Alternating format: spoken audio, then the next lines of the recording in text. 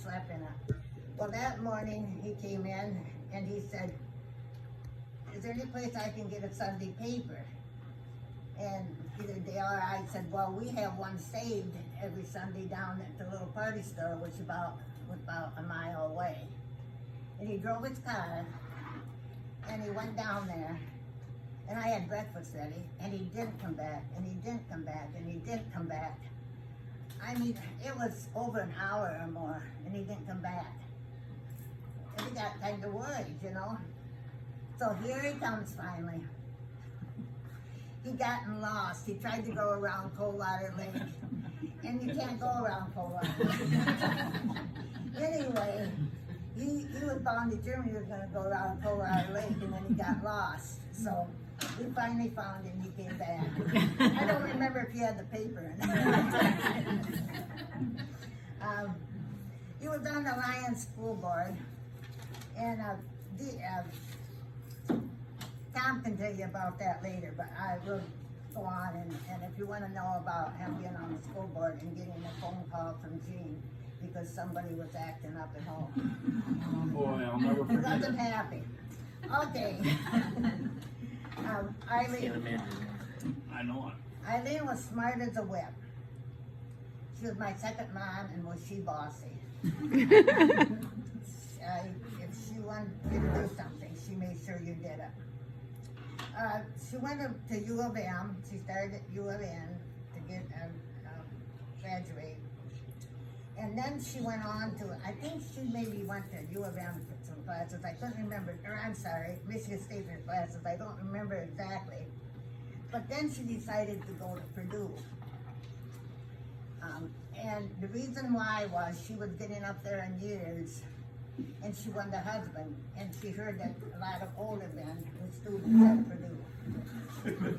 So she went, and sure enough, she met Don Caracito, and started dating him, and they got married.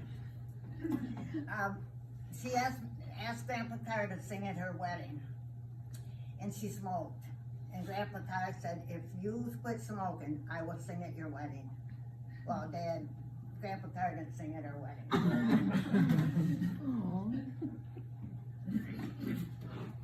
One Easter morning, we were coming to this church, and she was home for the weekend or whatever, so she came along, and I had an old pair of high heels that somebody had given me to play house with.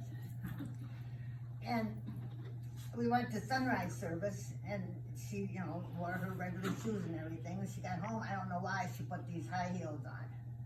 Ragged old high heels. And we got back to church, and I happened to look over in the middle of the service. I was so shocked to see those shoes on her, and out loud I said, you got my play shoes on.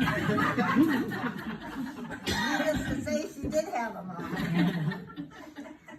Her birthday's November 8th, and a few years my present from her would be to go to the football game at U of M. And of course, Mom and Dad would come with me. And Eileen belonged to a sorority. And they were having a little punch and cake after the game, and the parents were invited and everyone, and we went, and they had this beautiful decorated cake. And they had decorations on it, those hard things that you put. And of course, Grandpa Carr got a piece of cake and ate those, not knowing they were somebody's precious valuable. And he ate them. I don't think we were ever invited back. Okay. They could have just waited a while and they would have. You might have already done it before. Okay, next is Jean.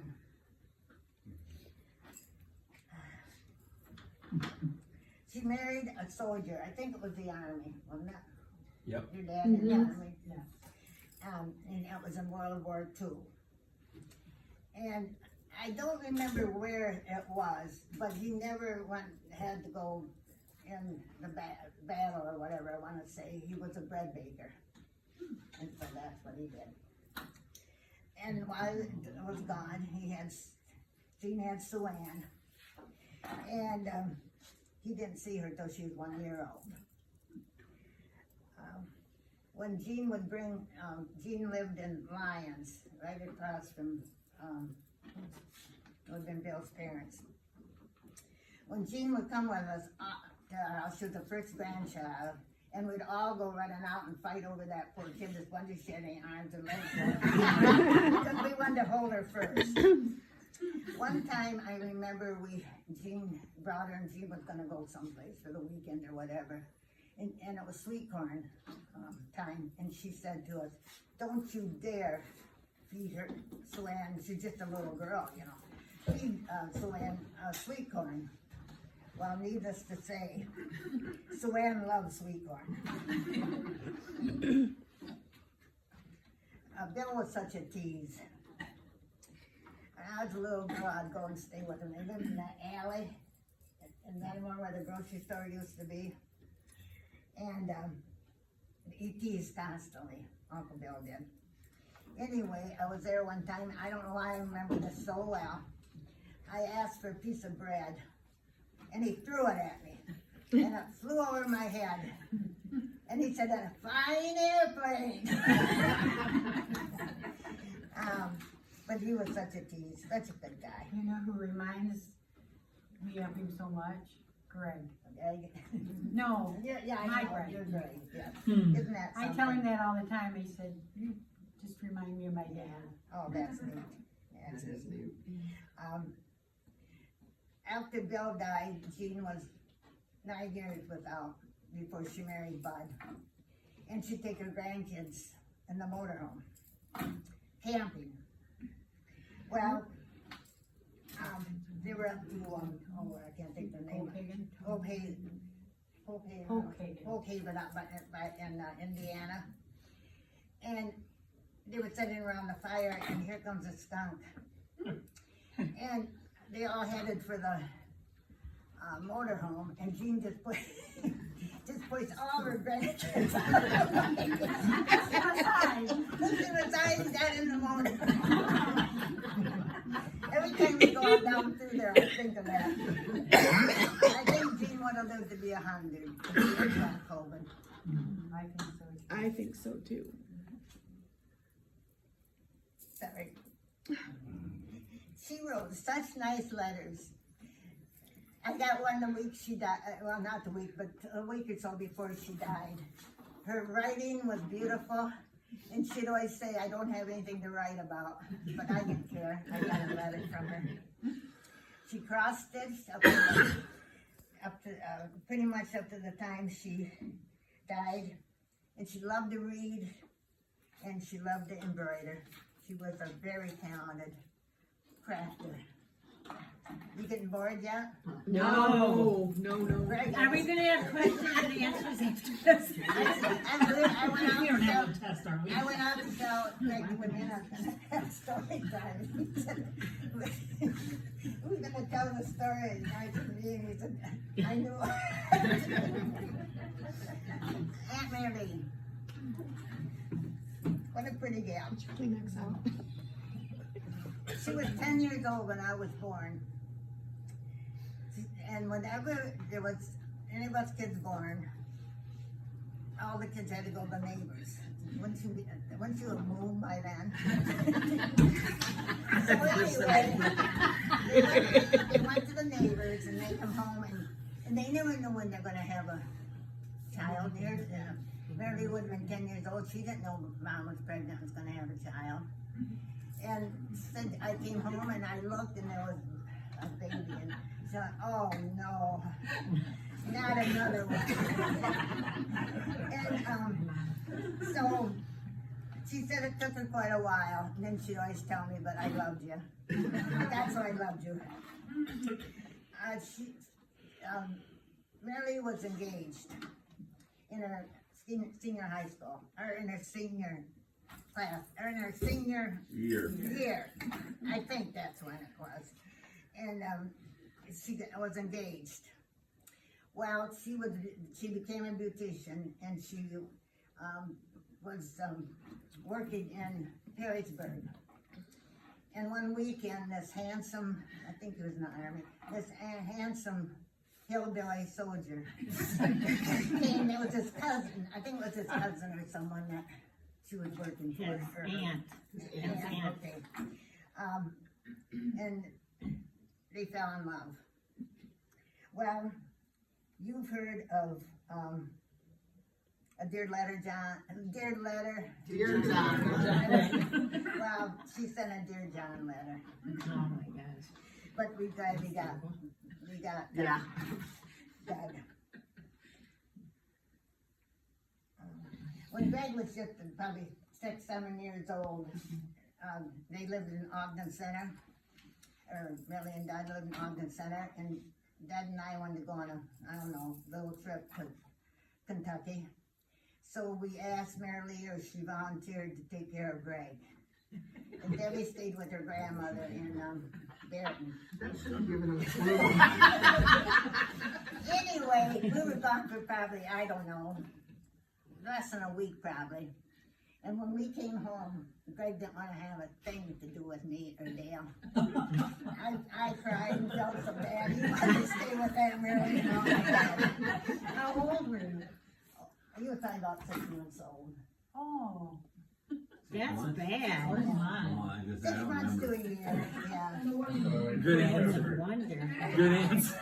When Uncle died, he fished all the time when they had their place in Florida. And Dale and I would go camp around them or whatever and be with them every day. Well, I think you all know this, but Uncle Dad talked to the worms. And it tickled Dale so much, but Dale would say, and he caught fish. When did he catch fish? And then Mary Lee would fry them and fix them, and then it would be strawberry time, so she would make her good biscuits, and we just loved those times and remembered them. One time we were down there in a campground close to them in Florida, and there was a tornado, and it was terrible. We were in the motorhome, we couldn't get out, we had to stay there, it was terrible. Well, the next morning, we made it through the tornado. The next morning, here comes Mary and Dud to see if we were okay. And we were okay, but anyway, Uncle Dud said, Aunt Mary Lee said Mary Lee never took her pants or bra off all night. She was so scared. I know Aunt Mary Lee, she was quite modest, and I don't think she appreciated that, but we thought it was okay. Next is Lyle. Matthew, just have some. He was a mama's baby from the word go. And he worked on the farm, and that's why he always loved the farm and worked on the farm, but he did become a farmer. One time I was out in the barn and I was going through some stuff, don't ask me what, and I found I think it was called a Charles Atlas, how to get strong Workout kit. workouts and things. Well, I took it in the house to show Mom, and he was quite upset with me. I told on him. I guess I'll tell this. One time I was in his bedroom and this billfold was laying there, so I decided I would snoop. Well, guess what I found in it? What every teenage boy has in their wallet is what it's found. Anyway, there was one in there, and I thought it was a blue.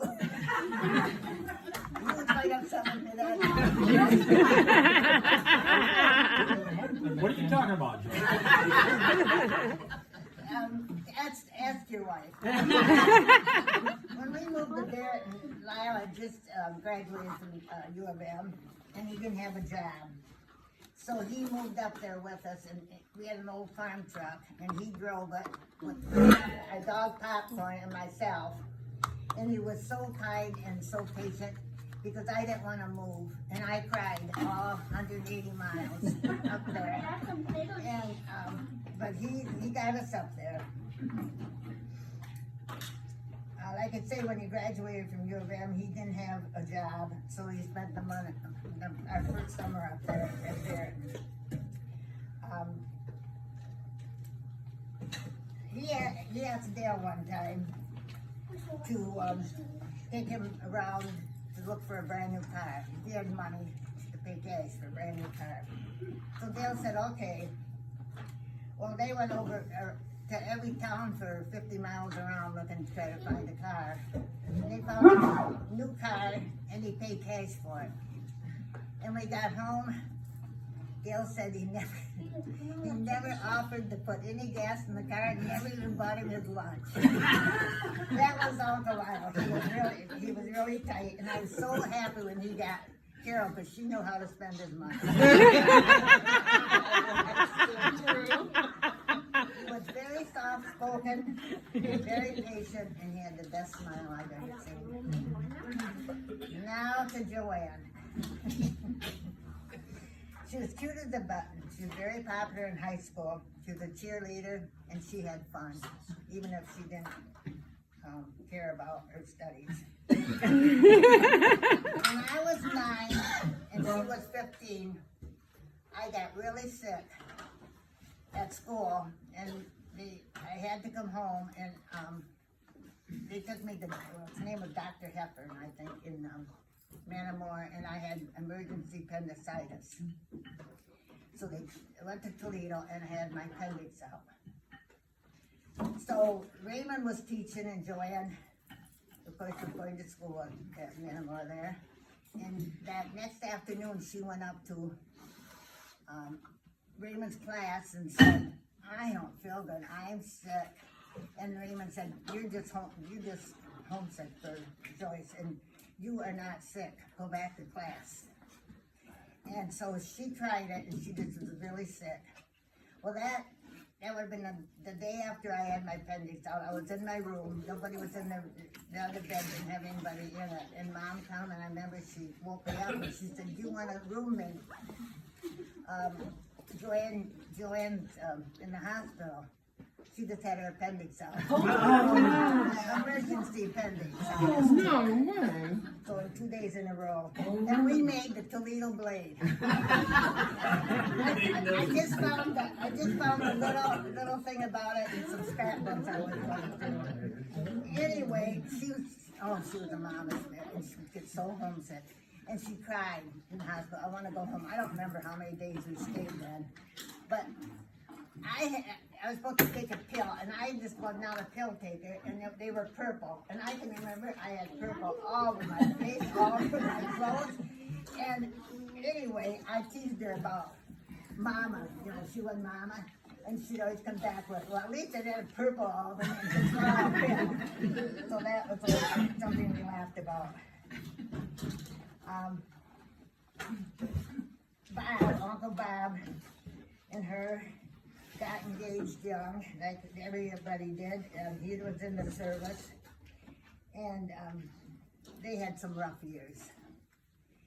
And then Bob decided to become a minister, and he was, a changed man. And it was a struggle for the family. He had a good job. He worked at the country products, and he put his job with Faith with those 3 kids at that time. Brian was an afterthought, and so they made it through with the help of a lot of people. And after Uncle Bob retired, he worked, took calls at a funeral home.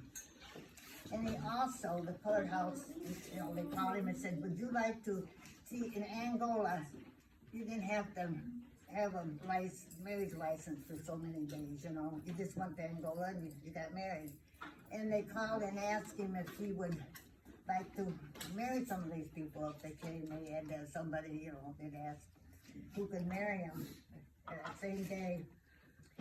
So Bob said, sure. Well, one time he was at the funeral home, and some of the courthouse called and said, someone's here that they would like to get married. And Bob said, well, I'm at the funeral home. And they said, oh, no, you know. And so Bob said, if they wanna come to the funeral, that's fine. So, over to the funeral home they went, and Uncle Bob married her at the funeral home. And I always said to Joanne, I wish you would have kept track of all the people, you know, that came to their house or got married on a pontoon or whatever.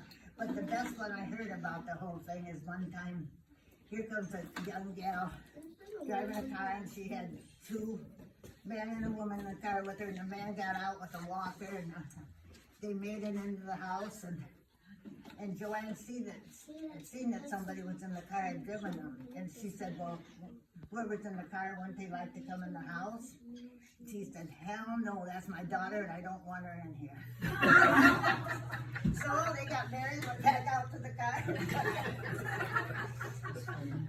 I wish Joanne would have written a book about her experiences. They had some. Pardon? Yes, that's right. They did one in the hot air balloon. That's all that's good and stuff. In the funeral home. Okay, last but not least, Helen. Helen was 4 years older than I was, and we were buddies. We went to country school together at Ragged Fractional number 9. And Mrs. Wofford was her teacher. Well, I had a Carr Waterbury also. That's another story. But in my kindergarten, I think it was, or first grade. When anybody would come to your house, if you can believe it, both of us were really, really shy. And if somebody would come, we'd hide in the closet. Except if we didn't hide in the closet, we'd show off, you know. But I remember when Raymond brought Lillian home, they were already married. And I remember we hid in the closet. I don't know how long we hid in the closet, but we did. Helen had a bicycle, I did, of course I was 4 years younger, and I learned how to ride bicycle with her bike, dented it up, you know, everything else, and then I got a new bicycle. But I paid for it, because I went around the neighborhood and sold Christmas cards, and I got a new bike, and Helen had this dented up. Helen got married in her senior year, and which worked out well. And she was a telephone operator in Manamore. One was a party line, you know, 1 minute, 2 minutes, and she did that. And she worked hard on their farm. She loved to drive the tractor, then she'd go and do her housework and take care of kids, and she was a hard worker. We were angels, though. Oh, yeah. She's the best cook ever. She was known for a cheesecake recipe, which everybody thought was Grandma Carr's cheesecake recipe, but it was Helen's. The frozen one? One time, our morning sun in Mount Pleasant had a contest, and I entered, and I did stay in the recipe. It was my sister's recipe, but I made the paper.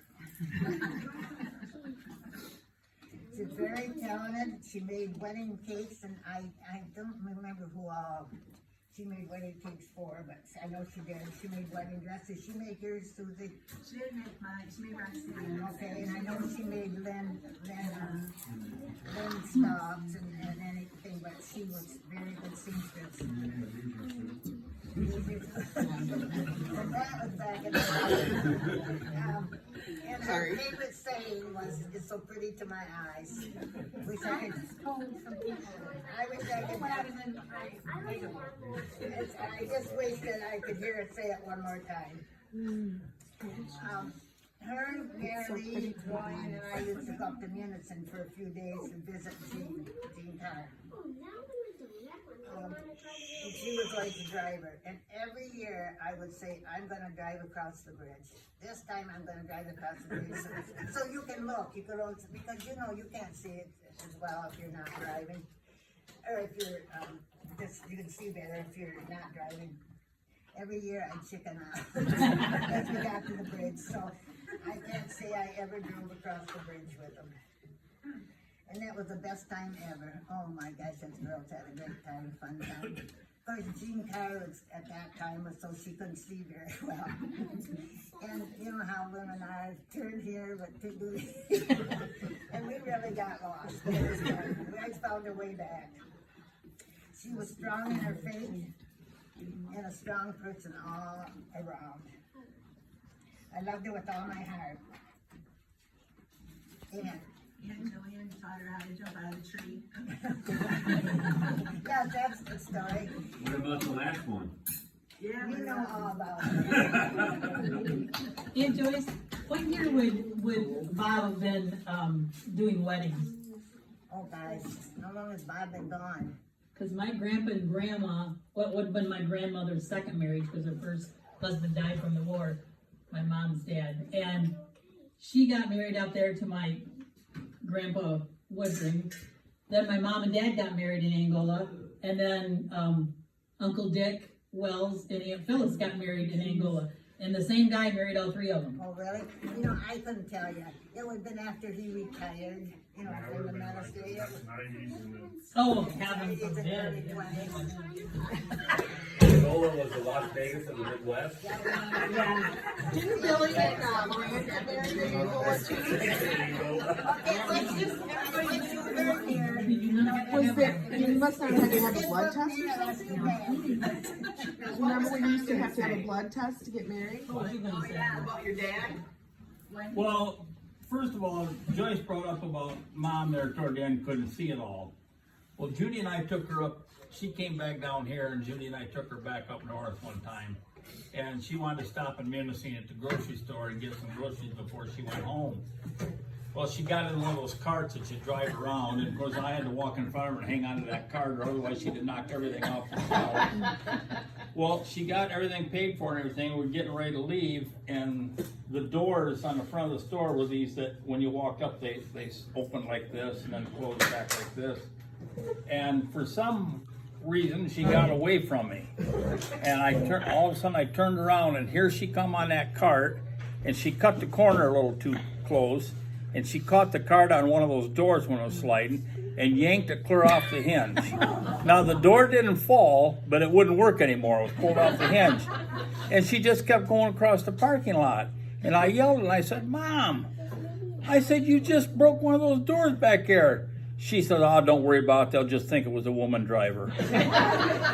And we kept on going, and you know, you or I'd have been in jail, but no, not her. I have to tell you this about her when she was up north, and I don't even remember if Doc wasn't up there very long, so he wouldn't have been alive.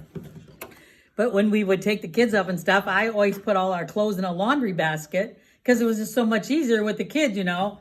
And then when it got dirty, I'd put it back in the, well, anyway.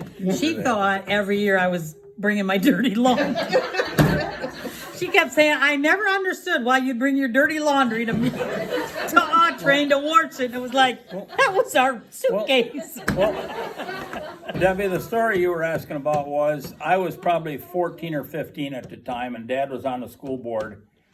And I don't know what I was thinking, but one night Mom told me while he was up at school board meeting, she says, "I want you to go up, get upstairs." And I turned around and looked at her and I says, "You're not big enough to make me." Oh. And she didn't get mad or nothing. She just went to the phone and called him home from the school board meeting. So I headed right upstairs because I knew what I had just done was the dumbest thing I could ever done in my life.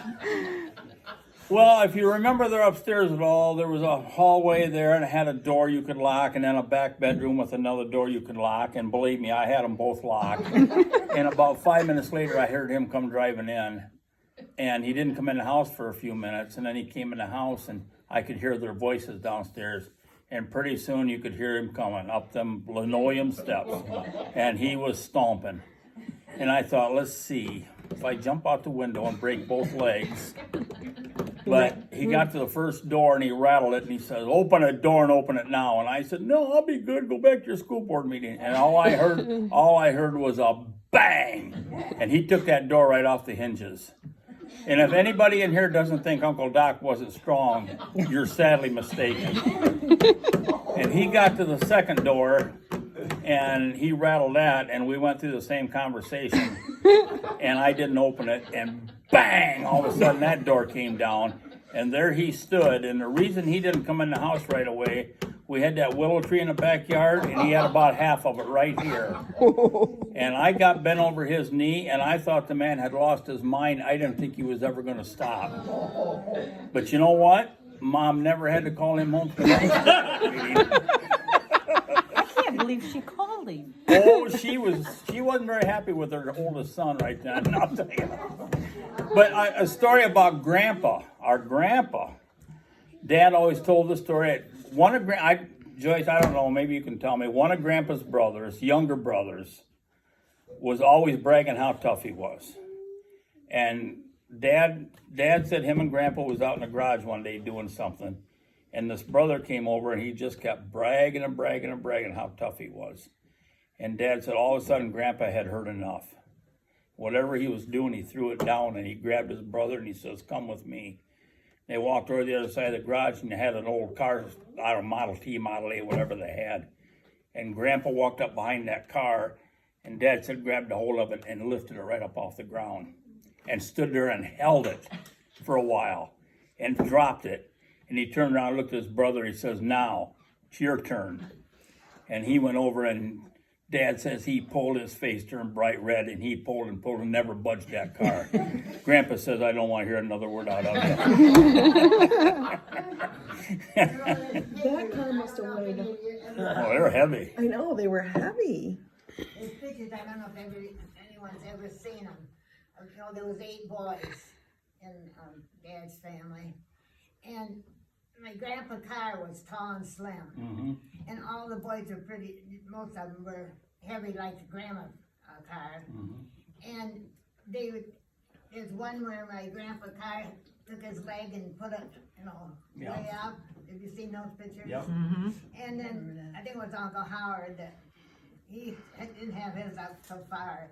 And then there was a picture of all of them trying to get their leg up, and not one of those boys could get it up as far as Grandpa Carr could. Well, Grandma always used to raise watermelon behind the house. And Ondervix lived just down the road in Mulberry. And Dad and Raymond got word one night that the Ondervix were going to come down and steal some watermelon. So Raymond got the shotgun, and him and Dad went out, and there was a cornfield right next to the watermelon patch. And so they went out and stood in that cornfield. Pretty soon they heard a couple of the Ondervik boys coming, so they stood there real quiet. And Ondervix got up there and they started grabbing some watermelons. Raymond caught that gun and kaboom, he shot it up in the air. Well, when he did, Dad took hands full of dirt and threw it. So it was like they were being shot at. Well, they took off running, and the next day, one of the Onderviks was uptown talking to some of the guys, and he goes, "Yeah, we went over to Carr's last night to steal some watermelons," and he said, "Somebody shot at us." He said, "There's 6 fences between our place and theirs, and I don't remember crossing one of them." There's another story about the watermelon that was across the road. I don't remember who it was, but I think it was Helen went to school the next day or whatever, and kids had come to cool the watermelons. And anyway, he came up to Helen and he said, "I lost my shoe in the watermelon patch last night. Could you see if you can find it?"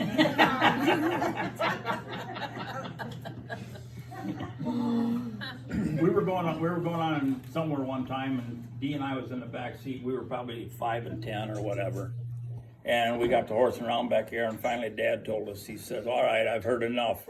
He says, "Knock it off, or I'm going to stop the car." And for some reason, we didn't listen to him or whatever. Next thing you know, Dad's pulling the car off the side of the road. Well, there happened to be a cop right behind us, and when he saw Dad pull over, he thought maybe Dad was having car trouble. So he pulled right in behind.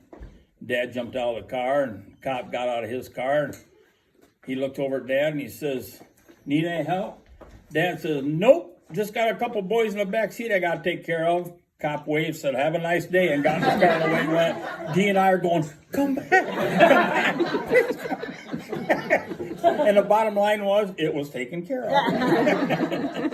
Wasn't it Earl that Grandpa rode with when Earl was just getting his license and Grandpa would hold his hand on the car door? Dwayne. Oh, yeah. Or Dwayne. Dwayne. Was it Dwayne? So you can jump out of it. I was just thinking about riding the bikes into Metamora with my neighbor friend. We went past Donnie Hughes and Aunt Jean was out in the yard and the boys were saying, "There's your mom." I said, "No, it's not." I said, "Yes, it is." I said, "I'm pretty sure it's not." You know, talking about my dad being such a kidder, we were coming home probably from Wampers Lake, and Mom told Dad he had to pull over, she had to hoik.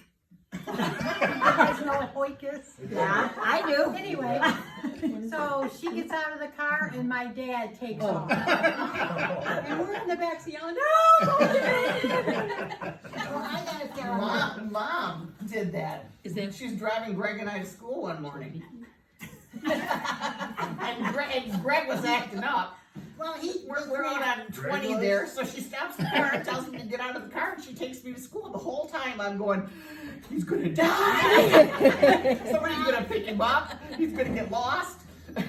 Well, in the first place, he He said he was sick one day, and then the next day he was sick. I was sick of school. I'd get well at 3:30. Anyway, that's why I had it with him. But I was gonna tell a story now, I forgot it. You'll remember. Oh my gosh. Oh my We're talking about gosh. hoiking. Oh, yeah.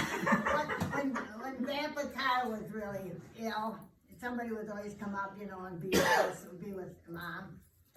And Jean was up there, and one night we ate, and Jean said to me, "Let's go for a walk. I'm full, you know, blah, blah, blah, let's go for a walk." Well, we got almost home. I can tell this because she's not here. Well, she had to go poop. And I tried to hurry home and she didn't make it. Well, she made it to the next block over, right by where Greg's house is. And she didn't make it. So we get home and I help her. We go to the basement and I help her get ready, and she went up to the shower, you know, to get in the shower. And the phone rang. And it was Bill. We chatted and he said, "Where's Jean?" I said, "She's in the shower at 6 o'clock at night." And I said, "Yes." And I said, I kind of laughed, and he said, "No, she didn't." And I said, "Yes, she did." And he said, "Where did she do it?" And I said, "On the corner of Lansing." That's where it was.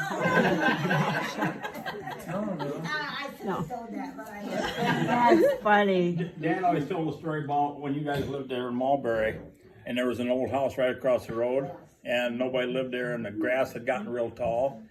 And Dad said him and Raymond were about 5 and 7 or somewhere right around that age. Well, Grandpa was out back farming, and Raymond somehow got a hold of some matches. And he started playing with these matches, and the next thing you know, he started that grass on fire over there. They were afraid that house was gonna burn. So Raymond told Doc, he says, "Hurry up, go get Dad, you know." So Doc took off running, went and got Grandpa. Dad said how that story ended was Grandpa come running, and he said he put the fire out. And then he started a fire on Raymond's behind.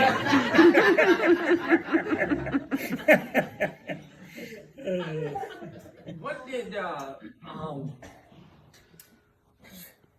Uncle Raymond? What did he fly in? What was he? Was that a B-7? B-52s, I think, or something. Or was Oh, it a really? B-25s? I'm not sure.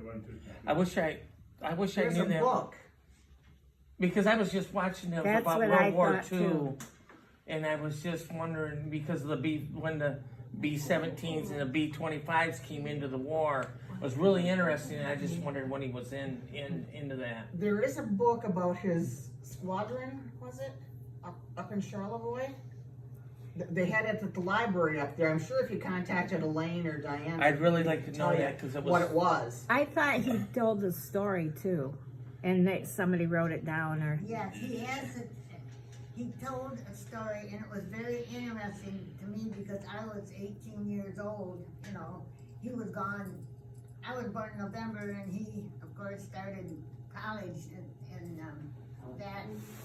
September.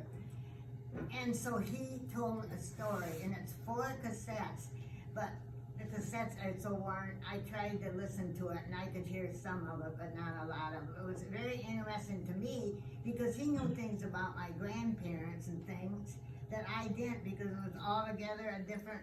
Or would Elaine or Diana have copies of those? We could get. I don't know. Do you have those cassettes? Yeah, they're the cassettes. You got them though? Yes, it's 4 You of might them. be able to take them somewhere and get them. Yeah, But digitally done. they're really rough, because. Well, like I said, contact Elaine or Diana, see if they have them. But it was very interesting, you know, he told how much, for instance, and I don't remember, told how much it cost to go to college for 1 semester, and it was unbelievable, and how much he paid for his first car, and Raymond had a mind that just remembered everything. He told the times that he was, well, when he was born, Grandma and Grandpa Carr lived over in Grand Rapids with the family, because they had no Grand house. Rapids, Ohio. Grand Rapids, Ohio, yes. And so when Grandma and Grandpa Carr moved to Manamora, they left him there to take care of Raymond, and because Mom was gonna have Dot, the baby.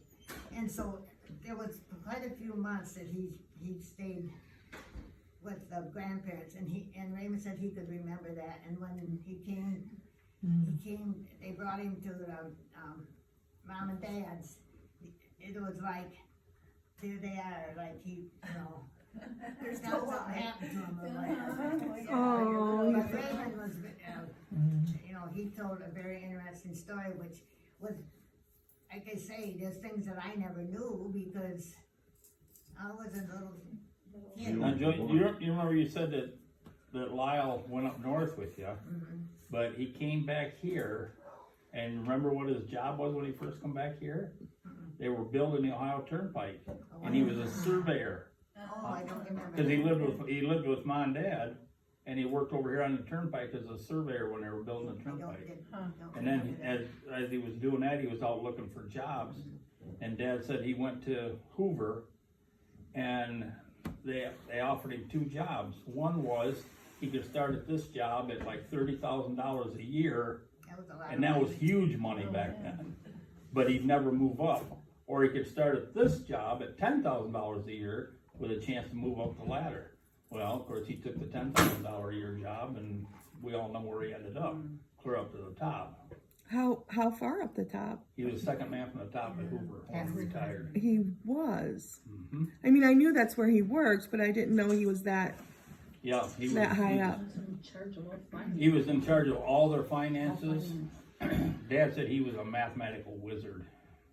You know, when he went to U of M, he wanted to be a lawyer. That was his thing. But I don't remember if he started and, you know, took any classes or anything, but then he decided he didn't want to be a lawyer. He must have got all the mathematical abilities that my mom didn't get.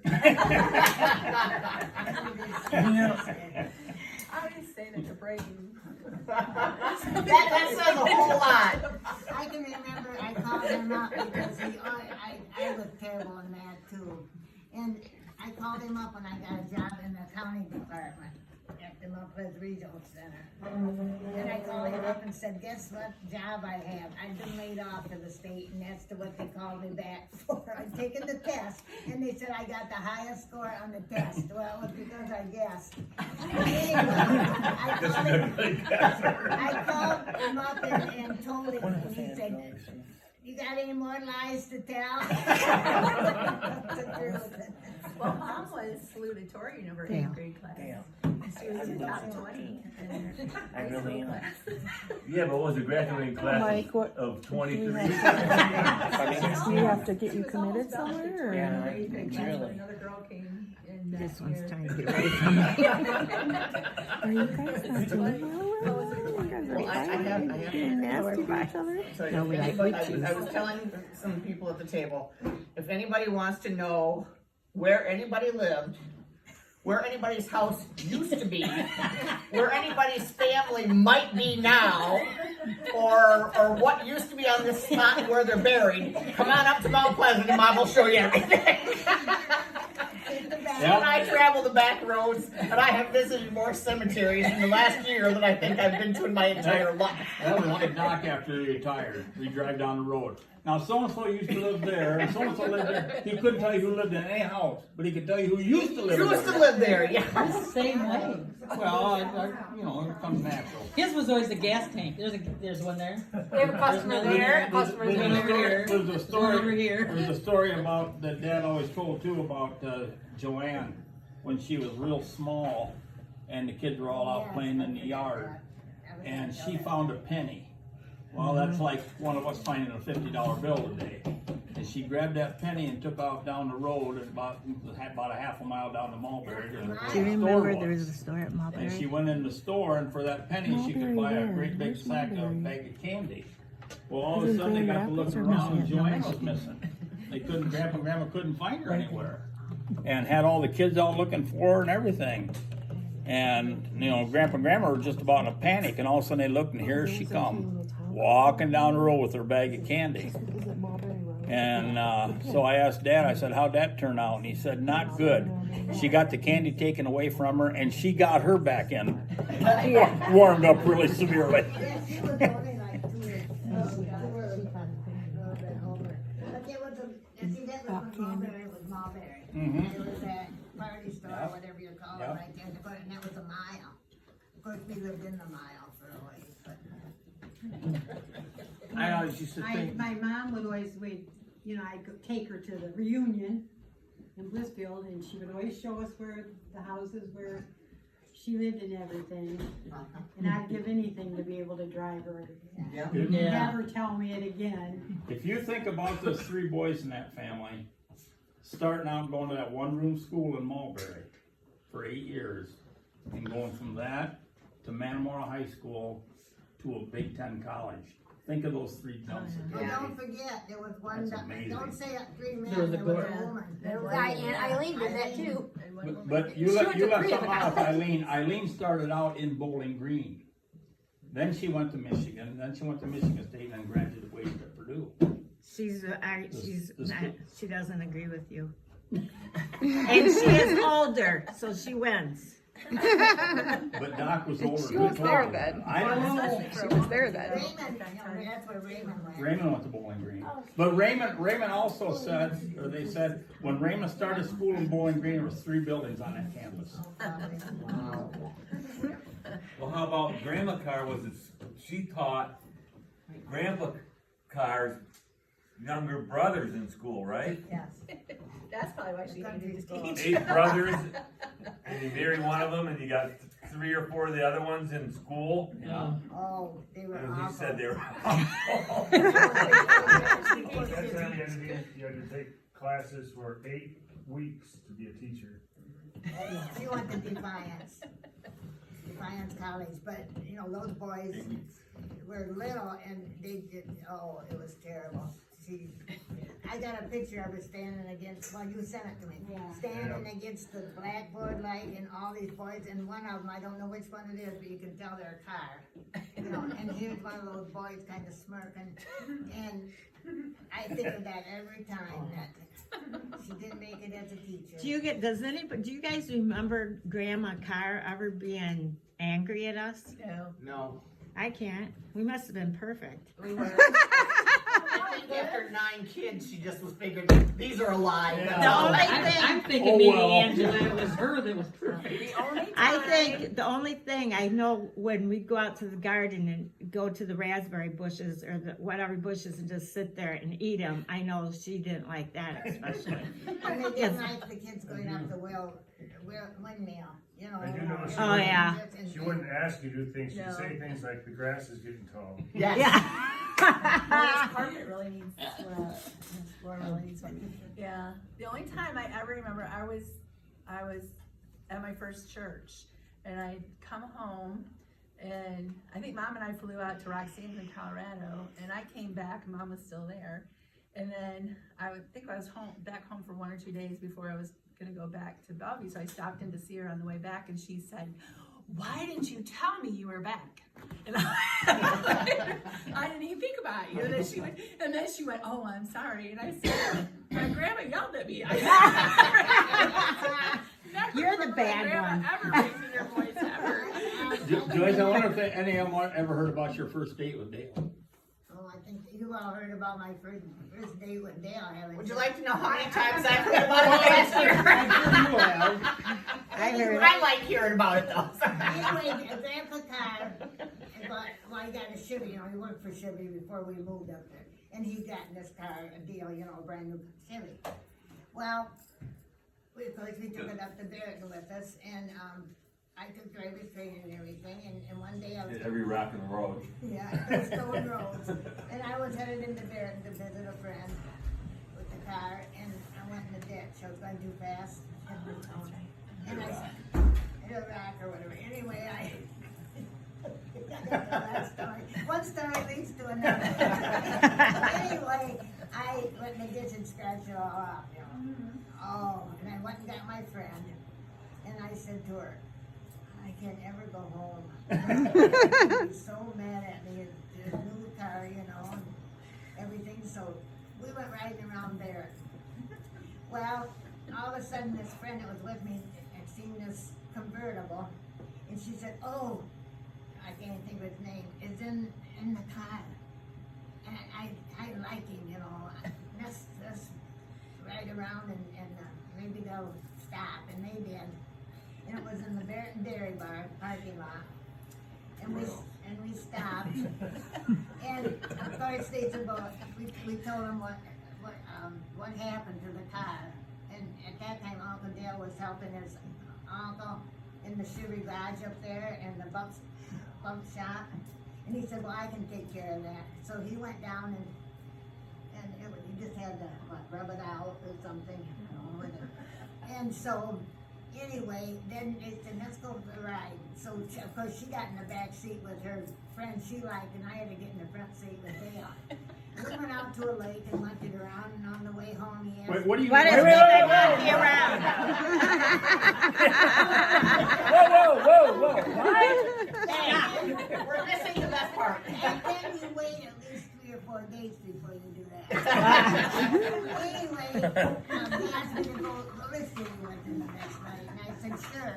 Well, Grandma Carr was in Chicago. Eileen had a baby, and she was in Chicago helping her. So it was just Dad and I. Well, I always go upstairs and do my studying and stuff, and he went over to the other farm to do chores, and he come back, and I was gone by then. Well, I had told him, I said to Dad before, I got a date tonight, I'm going to go. He never said who, with, what, or anything. And he never did. Anyway, he went over to the other farm to do chores, and Dale come and pick me up in the meantime. And I went roller skating, and I come home. And stuff. I come home, and Dale took me to the door, and it was locked. And I didn't have a key. So I was so embarrassed, I had to go to the bedroom door and yell at him. Window, I mean, yell at him. And he come to the door and he said, where you been? And he had this, he always wore these nice shirts that Grandma made for him. Oh, I was so embarrassed. I said, well, Dad, I told you I was gonna go. And Dale, that's why Dale, I said, he felt sorry. I didn't care what I did. See, you could have spent the whole night out and didn't even know it. Well, a couple weeks ago, Mom and I went up at 9 a.m. to the Barrington school because they're tearing down the old school. And they had a walkthrough for a couple hours on a Saturday morning. And it was, Mom was crying, now I'm gonna cry because it was very moving. She's like, I remember being on that stage doing something, and I think I have pictures of me on that stage. My wedding reception was in this cafeteria. Well, she got interviewed.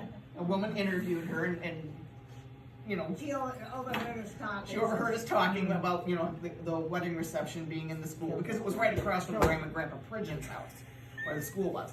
And, so she's asking her questions, and she's writing things, she's mostly using her phone and taping it all. And I do not know what is wrong with her phone, but this article is, but for some reason, instead of my dad graduating from there in 1955, she worked there. He retired from there. It was so good, but anyway, it made the paper. She made the paper. You know, you guys, it was real funny when I first came into this family. It was Uncle Raymond and Dud, and I believe and I'm thinking it was Dale. Was at Scott and Katie's wedding, and those guys. 1990. And it was like there was like a petition across there where the bar was, and I can remember Dud saying, "Come on, Raymond, let's go." So they go over there around there, and I'm thinking, okay, these guys, you know, I thought, you know, these guys are pretty straight laced, you know. They're over there ordering 7-7s, okay? They're ordering them up over there. And I can remember Mary Lee, she says, "Dad, what are you doing?" He goes, "I'm having a Coke." He said, "I'm having a Coke." You know, and it's like, okay, guys, I got you figured out. Telling that, Grandpa guy, I never heard him say a dirty word or tell a joke or anything. But if the guys would come over and they'd be outdoors and stuff, they'd be right in a huddle, and Grandpa Carr would be telling them. I know it's an off-color joke now, but I couldn't figure out for a long time what was so secretive. I know, Grandpa Carr would Tell 'em tell. what. I said one time to somebody I worked with, he bowled with my dad, and we were talking about swearing or something, and I says, "My dad never swears." And he goes, "What?" Who's And your I- dad? And I says, "My dad he's never sworn."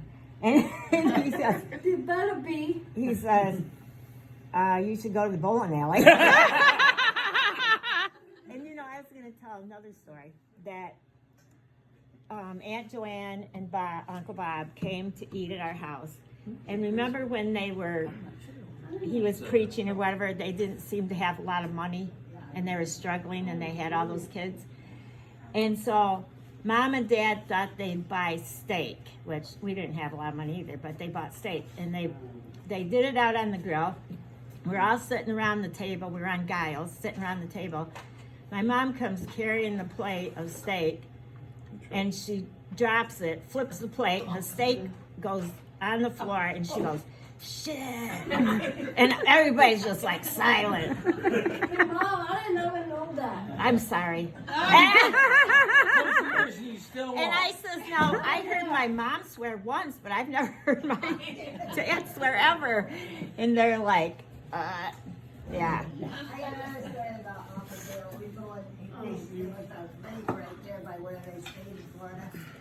And Dale was watching Doug catch fish, so Dale decided he'd get a fishing license, Florida fishing license. And he said to Uncle Doug, "Where'd you get a fishing license?" And Doug said, "Oh, down here, you go to the first corner, and I don't know, you turn, all this stuff." And Dale said he went miles. And he come back, and Dale was mad at it, you know. He said, "Dad, there's no fishing place to buy fishing right down there." And he said, "Oh, I must have told you the wrong way." I can just see him with a cigarette going, "I must have told you that. I must have told you the wrong way." Tell me, do you know the story? I can't remember it really good about when I don't know if we were all up there for Thanksgiving or whatever, and they went hunting. And my dad wasn't a hunter much, and he got lost. And I can remember it was terrible. I remember I was crying, and It was dark, you know. yeah, they didn't know. And then I remember somebody said, "Well, he was in the service. He was going to survive the night." Well, I don't even think he had a compass. Or maybe he had one. I don't even know if he had a gun. Mile when you come to the road. I know that you can go around, I mean, it's easy. Well, yeah, but. I have to tell this story when Rusty, I can't even tell you how old he was, but evidently thinking now he probably was older than I thought he was, but we were up at Charlevoix and we were staying with Uncle Raymond and Aunt Lillian, and he just adored Uncle Raymond. And because the minute he walked in, you know, the Tigers were on and Uncle Raymond. Yeah. I'm Right, pretty sure. right, look at it, how she's walking. And he walks around a little while longer, and it exactly got how he so does it, rusty, they start talking about the Tigers. Right behind him with his hands behind his back. But he and his friend ended up going and spending, they drove up there and spent a week with him. With just him and his buddy John Zier, and spent a week with Uncle Raymond. He says, I have never been so entertained in my life. Just one right after another. One thing about Rusty will not eat steak. If we have steak, best steak in the world, Rusty won't eat it. Let me tell you why.